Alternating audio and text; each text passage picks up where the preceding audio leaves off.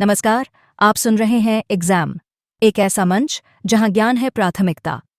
यहां हम लाते हैं आपके लिए ऑडियो बुक्स जो प्रतियोगी परीक्षाओं की तैयारी को बनाएं आसान और रोचक। चाहे बात हो इतिहास की, संविधान की या सामान्य ज्ञान की, हर विषय मिलेगा यहां साफ और सटीक भाषा में। तो तैयार हो जाइए ज्ञान की इस यात्रा में हमारे साथ जुड़ने के लिए। शुरू करते हैं आज की ऑडियो बुक, सिर्फ एग्जामिन यूट्यूब चैनल पर।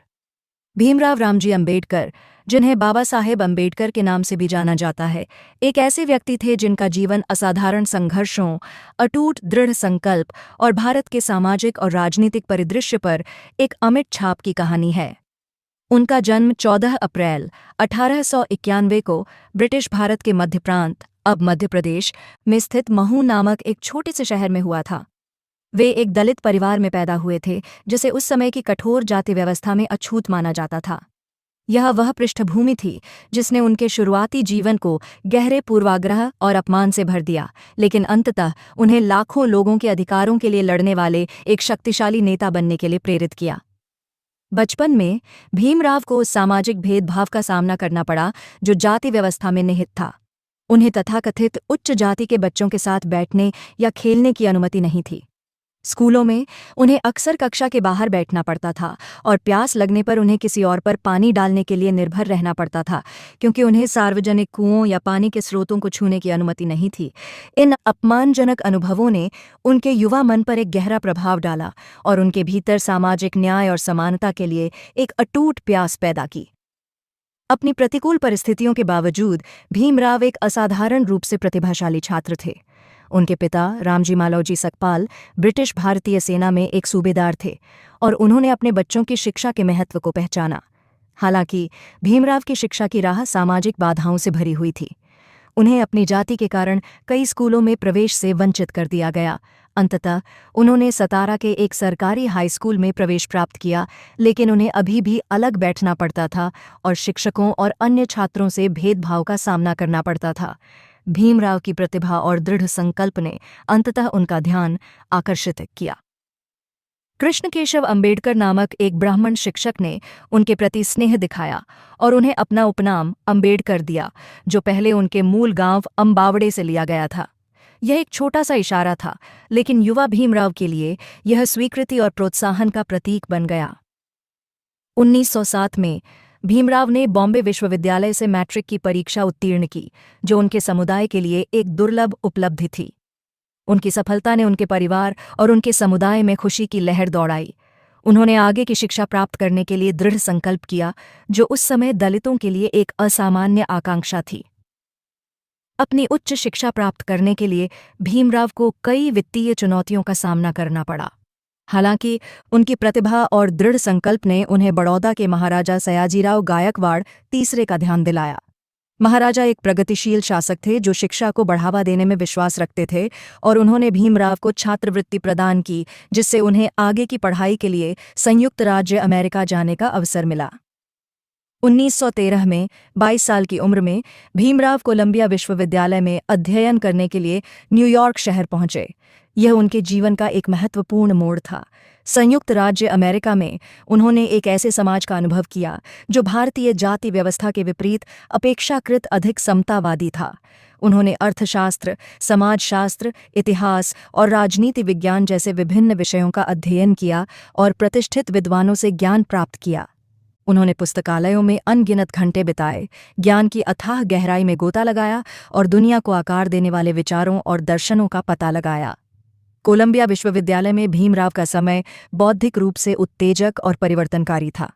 उन्होंने जॉन डेवी जैसे प्रभावशाली विचारकों के संपर्क में आए, जिनके व्यावहारिक दर्शन और सामाजिक सुधार के विचारों ने उन्हें गहराई से प्रभावित किया। उन्होंने लोकतंत्र, स्वतंत्रता और समानता के सिद्धांतों का अध्ययन किया, जो उनके बाद के कार्यों के लिए मार्गदर्शक सिद्धांत बन गए। 1916 में उन्होंने ब्रिटिश भारत में जाति, उनका तंत्र, उत्पत्ति और विकास नामक एक शोध प्रबंध के साथ अर्थशास्त्र में स्नातकोत्तर की उपाधि प्राप्त की। इस शोध प्रबंध में उन्होंने जाति व्यवस्था की गहरी जड़ों और इसके विनाशकारी सामाजिक परिणामों का आलोचनात्मक विश्लेषण प्रस्तुत किया। यह काम विद्वानों के हलकों में बहुत सराहा गया और जाति के मुद्दे पर एक महत्वपूर्ण योगदान के रूप में मान्यता प्राप्त हुई। कोलंबिया में अपने समय के बाद Bhimrao London school of economics and political science में आगे की पढ़ाई के लिए लंदन चले गए। हालांकि वित्तीय बाधाओं के कारण उनकी पढ़ाई बाधित हुई और उन्हें कुछ समय के लिए भारत लौटना पड़ा। बड़ौदा लौटने पर उन्होंने महाराजा के प्रशासन में एक पद पर काम किया, लेकिन उन्हें अपनी जाति के कारण लगातार भेदभाव और अपमान का सामना करना पड़ा। इन अनुभवों ने जाति व्यवस्था को खत्म करने के उनके संकल्प को और मजबूत किया। 1920 में वित्तीय सहायता प्राप्त करने के बाद भीमराव लंदन लौट आए और अपनी अधूरी पढ़ाई पूरी की। उन्होंने अर्थशास्त्र में डॉक्टरेट की उपाधि प्राप्त की और उन्हें बार में बुलाया गया। इस अवधि के दौरान उन्होंने भारत में दलितों के अधिकारों के लिए वकालत करना भी शुरू कर दिया। उन्होंने विभिन्न पत्रिकाओं में लिखा और सम्मेलनों और सार्वजनिक बैठकों में अपने विचार व्यक्त किए, जिसमें जातिगत भेदभाव की बुराइयों और सामाजिक समानता की आवश्यकता पर प्रकाश डाला गया। भारत लौटने के बाद भीमराव ने अपना जीवन दलितों के उत्थान के लिए समर्पित कर दिया।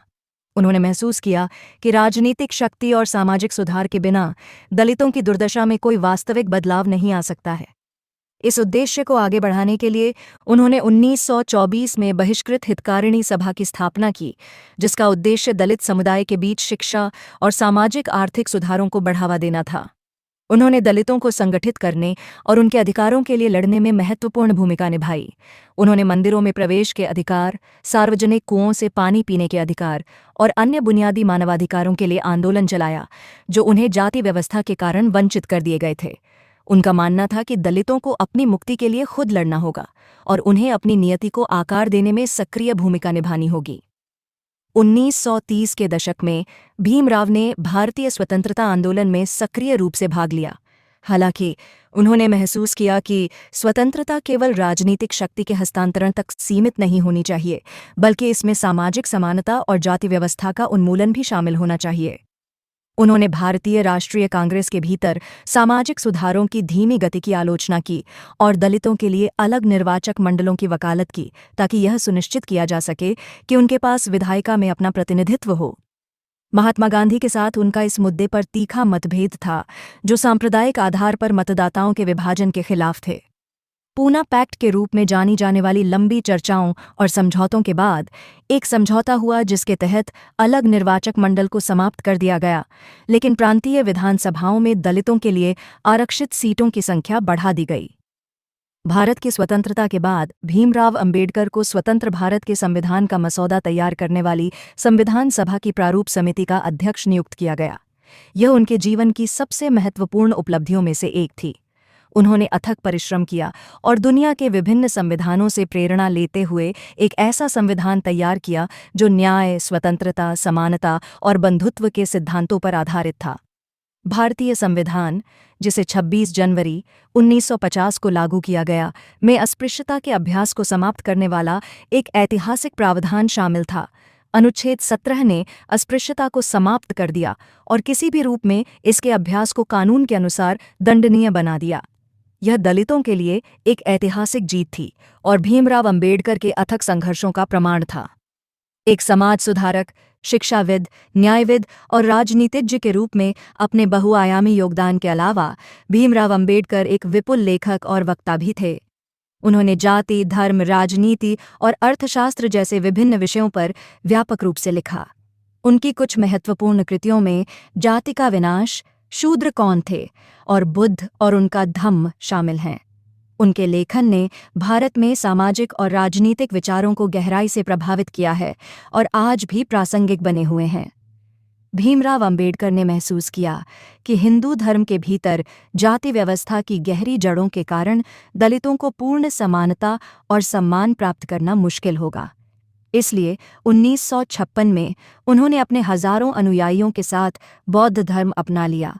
उन्होंने बौद्ध धर्म को एक ऐसा धर्म माना जो समानता, करुणा और सामाजिक न्याय के मूल्यों पर आधारित है। 6 दिसंबर 1956 को भीमराव अंबेडकर का निधन हो गया। हालांकि वे अब हमारे बीच नहीं हैं, उनका विरासत आज भी लाखों लोगों को प्रेरित करता है। उन्हें भारत में दलितों और अन्य वंचित वर्गों के अधिकारों के लिए एक महान मुक्तिदाता और एक प्रतीक के रूप में याद किया जाता है। भारतीय संविधान में उनका योगदान और सामाजिक न्याय के लिए उनका अटूट संघर्ष उन्हें आधुनिक भारत के निर्माताओं में से एक बनाता है। भीमराव अंबेडकर का जीवन हमें सिखाता है कि दृढ़ संकल्प, शिक्षा और सामाजिक न्याय के प्रति अटूट प्रतिबद्धता के माध्यम से सबसे कठिन परिस्थितियों को भी दूर किया जा सकता है। उनका संघर्ष और उनकी उपलब्धियां आने वाली पीढ़ियों को समानता, स्वतंत्रता और मानवीय गरिमा के लिए लड़ने के लिए प्रेरित करती रहेंगी।